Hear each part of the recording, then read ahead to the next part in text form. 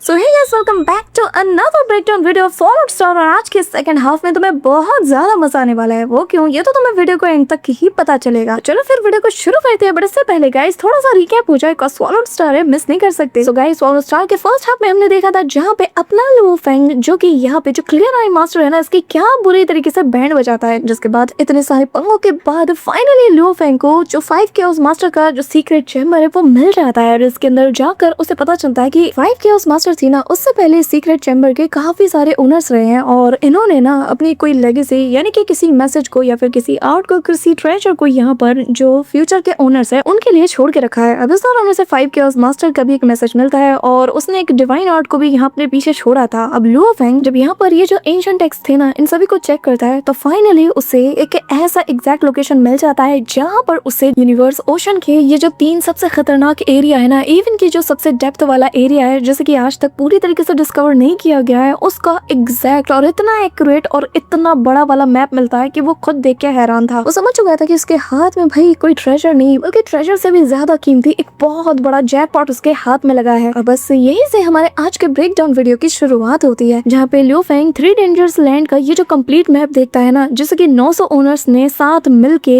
इतने सालों से बनाया है, उसे देखकर वो स्पीचलेस हो चुका था। सच में यार, अगर किस्मत की बात की जाए तो लू फेंग बहुत बहुत ज्यादा लकी है। यहाँ पे अपनी स्ले क्वीन बाबा था, जो कि सारा नजारा जब देखती है ना और जब इसे वो कैलकुलेट करती है कि आखिर इसका डेप्थ और जो इसकी जो एक्यूरेसी है वो कितनी ज्यादा है, तो वो देख के हैरान हो जाती है और लू फेंग को बताने लगती है कि तुम्हें पता है ये जो मैप है ना, ये इतना ज्यादा एक्यूरेट और इतना ज्यादा रेयर है कि इवन के इसके आगे जो सीनियर जे फैंसी है उन्होंने जो मैप दिया था ये उससे भी वे बेटर है। अब ये सुनते साथ ही लू फेंग के दिमाग में एक आइडिया आता है, वो कहने लगता है कि ठीक है फिर अब तो फिर मैं अपना जो मैप डेटा है वो भी इसमें ऐड करूंगा। जिसके बाद देखते हैं कि 900 ओनर्स के बाद जब मेरा मैप का डेटा इसमें ऐड होगा तो ये कितना ज्यादा एक्यूरेट होता है। और भाई लू फेंग निकालता है उस मैप को और सीधा इसकी तरफ थ्रो कर देता है, जहाँ पे इसके जो हिडन डिटेल्स हैं वो भी जो बाकी सारे जो डिटेल्स हैं, जो कोऑर्डिनेशन थी उसके साथ सिंक्रोनाइज होते हुए एक एग्जैक्ट लोकेशन को पिन पॉइंट करता है, जो कि एक बहुत बड़ी पजल का एक छोटा सा पार्ट है, एक ऐसा पार्ट जिसे देखकर इवन के लू फेंग के चेहरे पर भी एक बहुत बड़ी स्माइल आ जाती है और वो हंसते हुए कहने लगता है कि 5 केओस मास्टर, सच में तुमने मुझे एक ऐसा तोहफा दिया है कि जिसके लिए अगर मुझे तुम्हारा बार बार सामना करना पड़े ना तो भी मुझे कोई परेशानी नहीं, क्योंकि ये वर्थ इट है। अब यहाँ पे लू फेंग का जो मैप था ना वो इस डेटा के साथ सिंक हो चुका था, जिसके चलते अब यहाँ पर जो बाकी के हिस्से थे वो भी रिवील होने लगते हैं और लू फेंग कहने लगता है कि अगर मेरे पास ये मैप है तो शायद मैं टाइटल पीक रियलम के और भी डीप एरिया में जा सकता हूँ, इवन की उस हद तक भी मैं जा सकता हूँ जहाँ पर की स्पेस टाइड मौजूद है, जो कि उस सियान टोकन से बिलोंग करता है। लू फेंग एक्साइटेड था अपने आगे के सफर के लिए, लेकिन यहाँ पे बाबा तो उसे याद दिलाती है कि हाँ तुमने तो यहाँ पे रिवॉर्ड्स हासिल कर लिए, तुम्हें जो चाहिए था अब तुम्हें भी अपना एक ओनर होने के नाते कोई एक मैसेज तो ड्रॉप करना ही होगा। लू फेंग स्माइल करते हुए उसे हाँ में जवाब देता है और फिर अपने मैप को अपने पास रखते हुए लू फेंग यहाँ से काफी आगे निकल जाता है। और जिसके साथ ही ये लोग फाइनली एक ऐसी जगह पे पहुंच जाते हैं जो कि काफी ऊंचाई वाली जगह थी और यहाँ पर एक बहुत बड़ा सा ब्लैक स्टोन मौजूद था जो कि खाली था और लू फेंग इसके ऊपर कार्व करना शुरू कर देता है। अपने मैसेज को यहाँ पे ड्रॉप कर रहा था और यहाँ पे थोड़ी ही देर में लू फेंग ने अपने मैसेज को ड्रॉप किया था, जिसमें उसने लिखा था कि मैं मिल्की वे लॉर्ड लू फेंग हूँ, जो कि सीक्रेट चैम्बर का 20,295वां ओनर है और मुझसे पहले जो ओनर था मैंने उससे इस टोकन को ले लिया। अब यहाँ पे इतना लिखते साथ ही वो रुक जाता है। अब बाबा पढ़ते साथ ही कहती है कि क्या हुआ, तुम बस इतना ही लिखोगे? That's not enough। पढ़ाई तुम्हारे स्टाइल को सूट करता है, मुझे तो लगा था कि तुम भाई अपना कोई बहुत ही कूल वे में लिखोगे, ये क्या है? लू फेंग हंसता है, कहने लगता है कि अरे अभी मैंने फुल स्टॉप कहाँ लगाया है, ये तो अभी आधी शुरुआत है, मेरी जर्नी की तो बस शुरुआत है ना। एक बार मैं वो चीज हासिल कर लूँ उसके बाद मैं अपना पूरा मैसेज यहाँ ड्रॉप करूंगा। और वैसे भी मैंने अपनी थोड़ी सी जिंदगी तो जी है, अभी तो मेरी कहानी की शुरुआत हुई है, अभी तो मैंने चलना सीखा है, सीखना सीखा है, तो मैं किसी के लिए क्या छोड़ सकता हूँ। और चाहे मैं फ्यूचर में यूनिवर्स के हिस्ट्री का पता लगा पाऊँ या ना लगा पाऊँ, या फिर मैं किसी होली लैंड यूनिवर्स को क्रिएट करके हमेशा वहीं पर क्यों ना बस जाऊँ, लेकिन मैं इस चीज को कभी नहीं भूलने वाला। जो रेस्ट ऑफ द मेरी स्टोरी है, मैं आगे क्या बनता हूँ उस पर डिपेंड करता है और मैं चाहे जैसे भी सिचुएशन में क्यों ना रहूँ, मैं अपनी कहानी पूरी जरूर करूंगा। जब सही वक्त आएगा मैं इस सेंटेंस को भी पूरा करूंगा कि आखिर मैं हूँ कौन और मैंने किया क्या है। और फिलहाल के लिए मुझे नहीं लगता कि वो वक्त आया है कि मैं यहाँ पर अपने सेंटेंस को कंप्लीट करूँ। अब ये सारी बातें कहते हुए लू फेंग फाइनली अपने इस आधे मैसेज को यहाँ पे ड्रॉप करते हुए इस सीक्रेट चैम्बर से बाहर निकल जाता है और यहाँ से काफी दूर चला जा चुका था। इस दौरान अपनी जर्नी का जो छोटा सा फेज है ना, उसके बारे में लू फेंग हमें बताता है कि जब मैंने उस सीक्रेट चैम्बर को छोड़ दिया तो इसके बाद मेरा अगला टारगेट था कि मैं यहाँ पर अपने विल पावर को ट्रेन करूँ, इसे और ज्यादा ताकतवर बनाऊं, इसकी रेजिस्टेंट फोर्स को और ज्यादा इनफ करूँ। इसलिए मेरी जो मोशा बॉडी थी मैंने उसे एक पत्थर में ट्रांसफॉर्म करके यहीं पे छोड़ दिया ताकि वो यहाँ पर रह के ट्रेन करते रहे, इतना ज्यादा ट्रेन करे कि ये मेरे लिए इनफ हो। यहाँ पे हम देख भी पा बात है कि लू फेंग उसे पत्थर में ट्रांसफॉर्म करते साथ ही पत्थरों के बीच में उसे थ्रो कर देता है, जो कि गैप में जाके फिट हो जाता है। और भाई यहाँ से उसका जो ट्रेनिंग है उसकी शुरुआत तो हो चुकी थी और वो धीरे धीरे अपने विल को ट्रेन कर रहा था। अब इस दौरान लू फेंग यहाँ से दूर निकल चुका था, लेकिन वो बताता है कि जब मेरी मूशा बॉडी अपने दम पर डिसइंटीग्रेट होगी तो उसके जरिए से मेरा जो विल है उस पर भी असर पड़ेगा और वो भी बहुत ही जल्द ट्रू गॉड लेवल पे पहुंच जाएगा। और एक बार ये काम कंप्लीट हो जाए उसके बाद मैंने जो कुछ भी यहाँ पे हासिल किया है उसे मैं ह्यूमन रेस के साथ शेयर करूंगा, और जो कि हमारे लिए बहुत बड़ी अपॉर्चुनिटी भी है। अब यहाँ से लू फेंग तो निकल पड़ता है, लेकिन तभी सीन शिफ्ट होता है। हमें लू फेंग के मास्टर यानी कि जो केओस सिटी लॉर्ड है उन्हें दिखाया जाता है, जो कि यहाँ पे बिजी थे, लेकिन इस दौरान अचानक से उनकी आंखें खुलती है और उन्हें एक नोटिफिकेशन आता है जहाँ उन्हें लू फेंग का मैसेज मिलता है। और उसे देखते साथ ही भाई अपने फेवरेट डिसाइपल से वो दूर कैसे रह सकते, फटाक से वो पहुंच जाते हैं लू फेंग से मिलने के लिए। लू फेंग जो कि पहले ही मौजूद था वो भी उन्हें रिस्पेक्ट देते हुए ग्रीट करता है। और जैसा कि एक चहीता मास्टर अपने डिसाइपल को सही सलामत देखता है और वो भी नए आर्मर में, तो भाई उनका चेहरा ना एकदम खिल उठता है। और सच में मैंने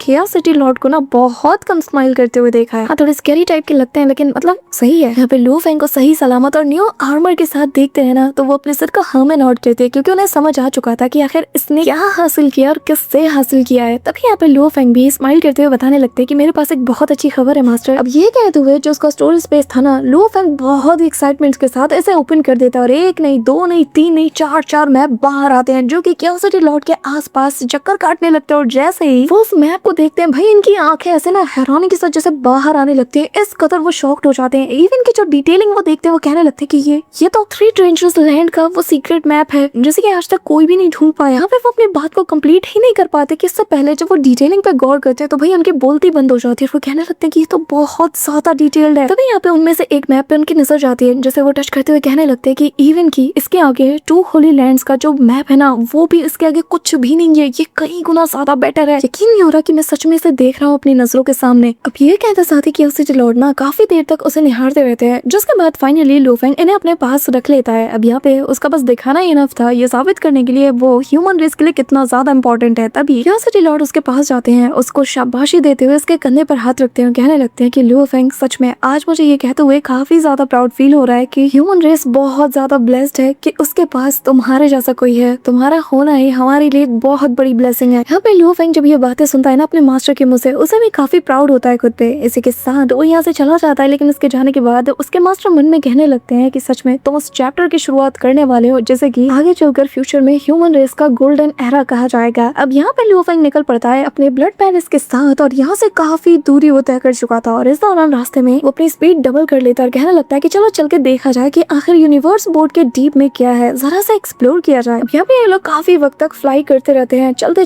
चलते बहुत दूर के और डीप के एरिया के जो एंट्रेंस वाला जो एरिया था ना, यानी कि जहाँ से जो डीपर रीजन शुरू होता है उसके बिल्कुल बॉर्डर के पास पहुंच चुके थे। जहाँ भाई मौसम ही बता देता है कि अब तुम ऐसी खतरनाक जगह पे आए हो जहाँ से लौटना ऑलमोस्ट नामुमकिन है। यहाँ पे तूफान उठ चुका था, चारों तरफ समुद्र का पानी ऐसे उछाल मार रहा था कि एक लहर ही जैसे कि कई सारे गैलेक्सीज को डुबो ले जाए अपने अंदर। इतना ज्यादा ये विशाल काय था, चारों तरफ बिजलियां कड़क रही थी और लू फेंग और उसकी जो पूरी टीम थी ना, वो यहाँ इन सभी को इग्नोर करते हुए आगे की ओर एक्सेलरेट करती जा रही थी। तभी यहाँ पे हम आचुका को देख पाते हैं, जो कि बाबा की खातिरदारी में लगी हुई थी और यहाँ पर चाय नाश्ता पानी बनाते हुए बिल्कुल प्रॉपर तमीज से पेश आ रही थी। और लग रहा था कि बाबा ने इसकी बहुत जम के खातिरदारी की होगी, तभी इसका दिमाग सही जगह पे काम कर रहा है। अब इस दौरान जब ये लोग इस तूफान से गुजर रहे थे ना, तभी यहाँ पे स्क्रीन पे बाबा को कुछ नजर आता है और वो कहने लगते हैं कि हमारा जो रूट है ना, इस वक्त जो ब्लेजिंग आइस रीजन है उसके बीच से होके जा रहा है, जिसका मतलब इनर रीजन के हम डीप के एरिया से गुजर रहे हैं, विच मीन्स क्वाइट सरप्राइजिंग। लेकिन तुम्हें ये लगता कि कुछ ज्यादा ही खामोशी है। यहाँ पे लू फेंग की बात सुन रहा था, तभी आचुका उसे भी चाय नाश्ता देती है। और तभी यहाँ पे भाई इतना टाइम बाद एरो किंग जो कि यहाँ पे खर्राटे मार रहा था, अचानक से आचुका की नजर पड़ती है उस पे और वो सोचने लगती है कि है बात तो सही है यार, काफी ज्यादा सन्नाटा है और इसी सन्नाटे के चक्कर में ये सो रहा है और मुझे ये बर्दाश्त नहीं हो रहा, अभी इसकी नींद खराब कर दी हूँ। अब जैसे ही वो उसे उठाने वाली थी, सडनली लू फेंग को कुछ फील होता है और वो कहने लगता है कि यहाँ पर कुछ अजीब टाइप का डिस्टर्बेंस मुझे फील हो रहा है। बाबा था यहाँ पे कुछ अनयूजुअल है, बहुत ही अनयूजुअल डिस्टर्बेंस, जो कि इससे पहले मुझे कभी फील नहीं हुआ। अब बाहर की तरफ भाई बहुत ही एक्स्ट्राऑर्डिनरी एक तूफान आया हुआ था, जिसके चलते आसपास का लौ भी ऐसे ट्रेम्बल कर रहा था, विच मीन्स कि यहाँ पे जो एरो किंग था ना, जैसे उसकी आंख खुलती है तो बाहर ये जो हलचल हो रही ना, जिससे यहाँ का स्पेस अनस्टेबल हुआ था, उसके चलते एरो किंग बहुत ज्यादा डर जाता है और सीधा जाता है और लू फेंग के पैर से लिपट जाता है। लू फेंग प्यार से उसे सहलाता है और तब बाबा बताने लगती है कि जाहिर है कि इस वक्त हम लोग इनर रीजन के बहुत डीप वाले एरिया में है। मुझे पता था कुछ ना कुछ तो होगा, लेकिन इस कदर मुझे उम्मीद नहीं थी। मेरे अकॉर्डिंग तो यहाँ का जो स्पेस है उसे स्टेबल रहना चाहिए और जो आउटसाइड स्पेस में हुआ है जो भी डिस्टर्बेंस वहाँ हुई है उसका असर यहाँ तक नहीं दिखना चाहिए। तुम जानते हो ना कि ऐसा कब होता है। लू फेंग थोड़ा सोच में पड़ जाता है। वो कहने लगता है कि हाँ शायद एक ट्रू ट्रेजर अब किसी भी वक्त यहाँ पे इमर्ज होने वाला है। क्या किस्मत है यार हमारी। चलो फिर देर किस बात की है, चलते हैं वहाँ पे। यहाँ पे बाबा और राजू का अभी बहुत ज्यादा एक्साइटेड हो जाते हैं। ये लोग फुल स्पीड के साथ बिल्कुल मैक्सिमम लिमिट में उस और तेजी से बढ़ने लगते हैं। इस दौरान गाइस हमें यहाँ पे डीप रीजन के आसपास का जो अनस्टेबल स्पेस है ना उसका डीप का एरिया दिखाया जाता है, जहाँ पर ये वंडर क्रिएट हो चुका था जो कि सराउंडिंग्स के हर एक चीज को अपने चपेटे में ले रहा था और धीरे धीरे ये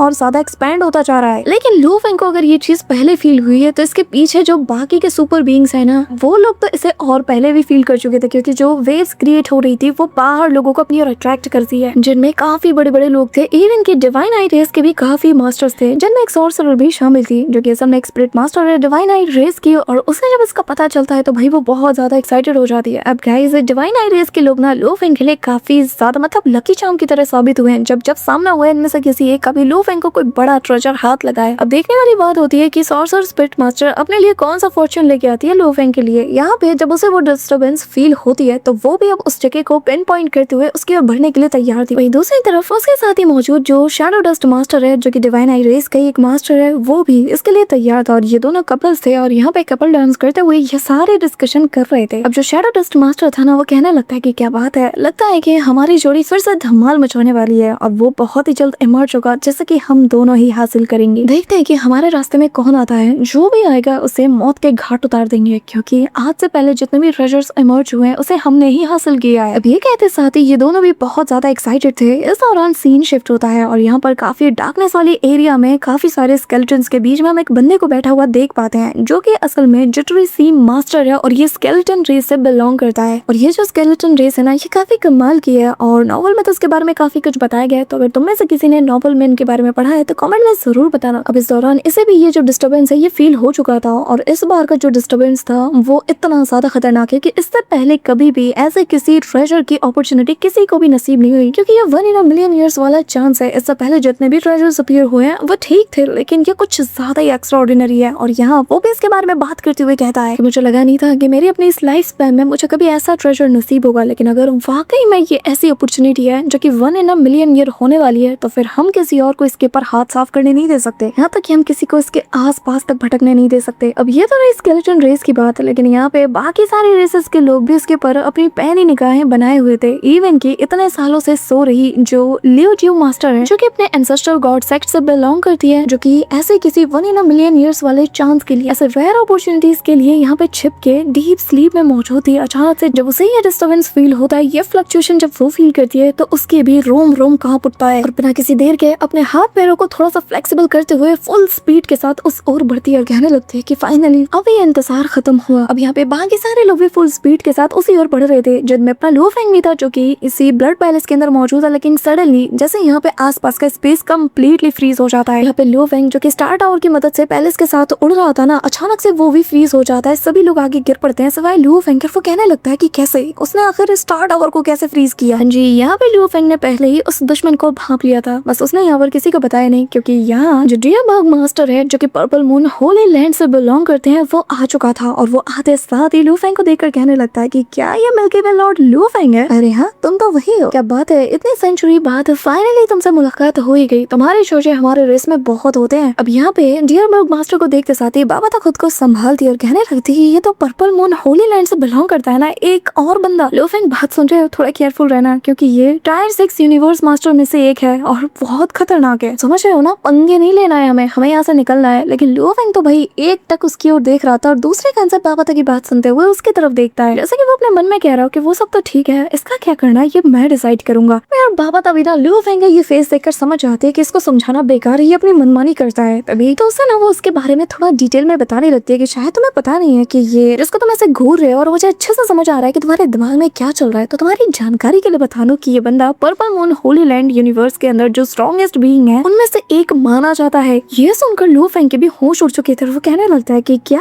एंटायर से, वो भी अपने ही लोगों में सबसे स्ट्रॉन्गेस्ट बीइंग में से एक। मतलब इसका मतलब एनी यंग मास्टर और 5 केओस मास्टर उससे भी ज्यादा स्ट्रॉन्ग हो। यहाँ पे लियो फेंग ना अब थोड़ा सा चिंता में पड़ चुका था। उसकी बाहें सिकुड़ रही थी। वो समझ आता है कि अगर इसने यहाँ पर आकर मेरा रास्ता रोका है तो कोई ना कोई बात तो जरूर होगी। इवन कि इसने मेरे स्टार टावर को फोर्सफुली यहाँ पे रोका है, मतलब कि वो जानबूझ के मेरा रास्ता रोका है, विच मीन्स कि वो मुझसे कुछ चाहता है। लेकिन अगर उसे मुझसे फाइट करनी होती तो वो ऐसे लैंग्वेज में बात नहीं करता। बॉडी लैंग्वेज तो यही बता रही है कि वो मुझसे बस बातचीत करना चाहता है। ठीक है, फिर अगर ये मुझसे बातचीत करना चाहता है तो जरा चेक किया जाए। पहले मैं इसे ऑब्जर्व करूंगा और फिर पता लगाते हैं कि आखिर करना क्या है। अब तभी लियो फेंग यहाँ पे अपने डिप्लोमेट मोड में आ जाता है और स्विच होते साथ वो कहने लगता है कि क्या बात है डियर बग मास्टर, आखिर ऐसी क्या बात होगी कि आप यहाँ मेरा रास्ता रोकने आ गए। उम्मीद तो है कि मैटर बहुत ज्यादा बड़ा होगा। जस्ट वो स्माइल करता है, कहने लगता है कि हाँ बिल्कुल, अभी जो वेव्स निकली जिससे पूरा का पूरा स्पेस अनस्टेबल हुआ, मुझे पूरा यकीन है कि ये डिस्टर्बेंस तुमने भी डिटेक्ट कर लिया और इसी के चलते तुम भी अट्रैक्ट होते हुए उसकी ओर जा रहे हो, है ना। अगर ऐसी बात है तो क्यों ना हम साथ मिलकर ट्रैवल करें, आफ्टर ऑल हमारी मंजिल एक ही है। ये कहते हुए वो लियो फेंग की तरफ हाथ बढ़ाता है। यहाँ पे लियो फेंग ये सुन के थोड़ा हैरान था। वो सोचने लगता है कि आखिर करा जाए तो क्या करा जाए, और इस दौरान उसका जवाब सुनने के लिए यहाँ पे जो बग मास्टर है वो भी स्माइल करते हुए इंतजार कर रहा था। अब तभी थोड़ी देर बाद का हमें सीन दिखाया जाता है जहाँ हम एरिका को देख पाते हैं जो कि मस्त मजे कर रही थी। और वर्ल्ड रिंग के अंदर सिर्फ वही नहीं थी बल्कि आटो का बाबा था और जो एरो किंग है, ये तीनों भी यहाँ मौजूद थे। और देख के ही पता चल रहा था कि कुछ ना कुछ खिचड़ी तो ये पका रहे हैं। जहाँ मैं आटो का जो है वो एक्सरसाइज कर रही थी और यहाँ जो एरो किंग है वो भी अपने हाथ पैर सीधे कर रहा था। और यहाँ हमारी रेफरी बनी बाबा था सीटी बजाने के लिए रेडी थे और जैसे वो विसल बजाती है दोनों की तरफ पानी के अंदर छलांग मारते हैं और दोनों के बीच जो छोटा सा स्विमिंग कंपटीशन है वो शुरू हो जाता है। यहाँ पे आटो का पूरी तेजी के साथ स्विम करते हुए आगे बढ़ रही थी और ऐसा लग रहा था कि फिनिश लाइन पे बस पहुंचने ही वाली है, पर तभी एरो किंग आकर इसे धक्का मार देता है और हंसते हुए अपनी बत्तीसी दिखाते हुए आगे बढ़ जाता है। यहाँ पे इन दोनों को कंपटीशन करता हुआ देख कर लियो फेंग भी हंसता है। तभी वो यहाँ पे जो चाय सर्व कर रहा था ना यहाँ पे डियर बग मास्टर के लिए, वो कहने लगता है अच्छा तो अर्थ में लाइफ ऐसे गुजरती है और ये जो ड्रिंक तो मुझे दे रहे हो ये असल में अर्थ से, क्या बात है, इसका टेस्ट तो बहुत कमाल का है, सच में मुझे एक और चाहिए। और इसका टेस्ट पीने के बाद इसका टेस्ट और ज्यादा अच्छा आता है। यहाँ पे लियो फेंग बस उसकी हरकतों को ना थोड़ा मॉनिटर कर रहा था और थोड़ी देर बाद वो कहने लगता है कि अब बस बहुत हो गया। तो बग मास्टर मुद्दे पे आते हैं, बताइए आखिर आप यहाँ पे क्यों आए, क्योंकि मैं अच्छे से जानता हूँ कि आप सिर्फ यहाँ पर चाय नाश्ता करने के लिए तो नहीं आए होंगे, वो भी इतना दूर ट्रैवल करके स्पेटियल लॉस का यूज करके फोर्सफुली मेरे टावर को रोक कर उसके अंदर घुसपैठ करके आप सिर्फ चाय पीने तो नहीं आए होंगे। कहते हुए लियो फेंग उसकी तरफ एक डेयरिंग सा लुक देखता है कि अगर छेड़ोगे तो छोड़ूंगा नहीं। यहाँ पे उसकी बात सुन के जो डियर बग मास्टर है वो हंसता है और कहने लगता है कि मिलके वे लॉर्ड, मानना पड़ेगा तुम काफी ज्यादा समझदार हो। तो एक बात बताओ, क्या तुमने कभी बोर्ड ऑफ नौसलम का सुना है? लियो फेंग में सीधा मुद्दे पे जवाब देता है कि हाँ थोड़ा बहुत सुना है, ज्यादा कुछ नहीं। कुछ ऐसे रूमर्स की कहा यह जाता है कि असल में ये एक ऐसी जगह है जो कि असल में एक एंशिएंट टॉम्ब है और वो भी पावरफुल बीइंग्स का, जो कि सदियों किसी जमाने पहले ही मारे जा चुके हैं। और ये कोई सिर्फ मामूली टॉम्ब नहीं बल्कि यहाँ इसके अंदर एंशिएंट ट्रेजर से लेकर जो एंशिएंट रिलिक्स हैं वो तक भी मौजूद है और वो भी एंशिएंट बीइंग्स के। और to be honest it's too good to be true, कि मैंने सही कहा ना। अब उसके इन्फॉर्मेशन को जानकर वो हंसता है और कहने लगता है कि एग्जैक्टली, बस तुम एक छोटी सी चीज को कैच नहीं कर पाए और वो ये कि अभी थोड़ी देर पहले जो डिस्टर्बेंस क्रिएट हुआ जिसके चलते सारे लोगों का ध्यान उस ओर आकर्षित हुआ है वो असल में साइन है कि वही बोर्ड ऑफ मौजुलम अब इमर्ज हो रहा है, जिसके चलते जो मेजर पावर हाउसेज हैं वो लोग तो अपने एक्सपर्ट्स को भेजेंगे ही इसे ऑब्टेन करने के लिए और उनके साथ उनके काफी सारे एलाइज भी होंगे। बट अनफॉर्चुनेटली मेरा जो पर्पल मून होली लैंड है उसके कुछ खास एलाइज नहीं है, जो है वो भी कमजोर है। तो बस मेरा यही कहना है कि अगर तुम अब से मेरे ऑर्डर्स को फॉलो करते और मेरे कमांड्स को फॉलो करते हुए आगे बढ़ते हो और अगर तुम्हें उसके जरिए से ट्रेजर्स मिलते हैं तो फिर मैं प्रॉमिस कर सकता हूँ कि जो बोर्ड ऑफ मौजुलम है उसकी जो बाकी की इन्फॉर्मेशन है वो भी मैं आपसे तुमसे शेयर करूंगा। तो अब तुम बताओ तुम्हारा क्या ख्याल है? लियो फेंग थोड़ा सोचता है और कहने लगता है कि ह्यूमन रेस को सच में इसके बारे में लिटरली कुछ भी नहीं पता, कुछ भी नहीं। और एक ह्यूमन रेस का बंदा होने के नाते अगर मैं किसी पर्पल मून होली लैंड के एक्सपर्ट के साथ काम करता हूँ और उनसे मुझे ऐसी नॉलेज मिलती है तो वाकई में ये हमारे लिए बहुत अच्छी चॉइस है। और क्या ये मुझे करना चाहिए, क्योंकि अगर ये वाकई में इतना ज्यादा स्ट्रॉन्ग है तो आखिर ये आगे अकेले क्यों नहीं जा रहा? लियो फेंग ये सारी बातें सोच रहा था कि तभी उसकी तरफ देखते हुए कहने लगता है कि अनलेस कि इससे मेरी डेस्परेटली हेल्प चाहिए होगी, कुछ ऐसा चीज होगा कि जिसका सामना सिर्फ मैं कर सकता हूँ, ये नहीं। अब लियो फेंग अच्छे से जानता है कि भाई जब चल के ये खुद आया है मेरे पास तो इस मौके को जाने क्यों दिया जाए। तो वो यहाँ पे कहने लगता है कि बिल्कुल आपके साथ काम करना मेरे लिए बहुत अच्छा है और मैं इसके ऊपर सोच सकता हूँ, लेकिन अगर आप वाकई में चाहते हो कि मैं आपके लिए काम करूँ तो मेरी 2 कंडीशंस है और बस इन्हीं शर्तों के चलते ही मैं आपके साथ काम कर सकता हूँ। पहला ये कि मैं आपके ऑर्डर्स को नहीं लूंगा, दूसरा अगर कहीं पे ट्रेजर अपीयर होता है तो मैं खुद को होल्ड नहीं करूंगा, मैं पीछे नहीं हटूंगा, अगर मुझे दिखता है तो मैं उसे ले लूंगा। यहाँ पे उसकी बात सुनकर ना उसे गुस्सा नहीं आता बल्कि वो मन में खुश होता है और हंसता है और कहने लगता है कि यार कितना एरोगेंट लड़का है, इसको ट्रेजर्स की पड़ी है जबकि इसे खुद नहीं पता कि वो ट्रेजर्स कितने ज्यादा खतरनाक है। अब यहाँ पे वो कहने लगता है कि ठीक है, अगर तुम ट्रेजर्स के पीछे जाना चाहते हो, अपनी जान जोखिम में डालना चाहते चाहते हो तुम्हारी मर्जी, लेकिन हाँ अगर किसी ट्रेजर का सामना हम दोनों साथ मिलके करते हैं तो जो भी बेस्ट होगा उसे ही ये ट्रेजर मिलेगा। इसी के साथ इनके बीच ये डील तय हो जाती है और अब इसके आने वाले एपिसोड में भाई बहुत ज्यादा मजा आने वाला है। एंड गाइस नेक्स्ट टाइम से तुम्हें जो एपिसोड्स हैं वो 1 पार्ट में मिलेगा, भले ही रात के 11 बज जाए, वीडियो की ड्यूरेशन भी लंबी हो जाए, लेकिन फिर भी यार मंडे को ही हर शाम को वीडियो आया करेगी। सो यार इस सीन के साथ हमारा आज का ये ब्रेकडाउन वीडियो तो यहीं पे एंड होता है गाइस, लेकिन वीडियो तुम्हें कैसी लगी कमेंट में जरूर बताना। सो गाइस वीडियो तो यहीं पे एंड होती है, लेकिन जाते जाते जो ये डियर बग मास्टर है इसके बारे में मैं तुम्हें एक इन्फॉर्मेशन दे दूं कि ये बंदा असल में जैसा कि तुम्हें पता है कि टायर 6 यूनिवर्स मास्टर है, लेकिन इसके पास एक बहुत ही कमाल का आर्मर है। इसके पास डियर बग आर्मर है जो कि एक आर्मर टाइप सुप्रीम आर्केना है। मतलब कि इतना तो तुम मान के चलो कि जो लियो फेंग के पास इस वक्त गॉडली आर्मर है ना, ये कहीं ना कहीं उससे टक्कर देता है। और बस ये छोटी सी इन्फॉर्मेशन थी, मुझे लगा कि शायद तुम्हें बताना चाहिए तो मैंने बता दिया। सो गाइस आज का ये ब्रेकडाउन वीडियो तो यहीं पे एंड होता है। वीडियो तुम्हें कैसी लगी कमेंट में जरूर बताना। यार गाइस क्या कर रहे हो तुम यार, चैनल को सब्सक्राइब करो, हम लोग 1.5 लाख सब्सक्राइबर के इतने ज्यादा क्लोज हैं, तो जल्दी से कर दो यार, फिर आगे भी माइलस्टोन्स है उन्हें भी क्लियर करना है। एटलीस्ट इसी बात पे कर दो कि परफेक्ट वर्ल्ड की लेटेस्ट मूवी आ रही है, फिर भाई सितंबर से हमारा BTTH भी वापस आ रहा है और रेनेगेड इमोर्टल का जो नॉवल है वो भी 18 तारीख के बाद से वापस आ रहा है इस चैनल पे। हाँ जी भाई, तो हम लोगों ने बहुत ज्यादा मिस किया, लेकिन 18 तारीख के बाद से इस चैनल पे प्रॉब्लली तुम्हें नॉवल सारी देखने को मिल जाएगी। और जो लोग यार बियॉन्ड टाइम्स के फैन है ना, जो वेट कर रहे हैं, तो यार पिन कमेंट जाके चेक कर लेना और इसके बाद नेक्स्ट वीडियो उसी की है तो चैनल पे अपलोड हो जाएगा। सो गाइस अगर तुम वीडियो को यहाँ तक देख रहे हो, मेक श्योर कि तुम वीडियो को लाइक करके चैनल को सब्सक्राइब जरूर कर रहे हो। तो मिलता हूँ मैं तुमसे नेक्स्ट ब्रेकडाउन वीडियो के साथ, तब तक के लिए बाय।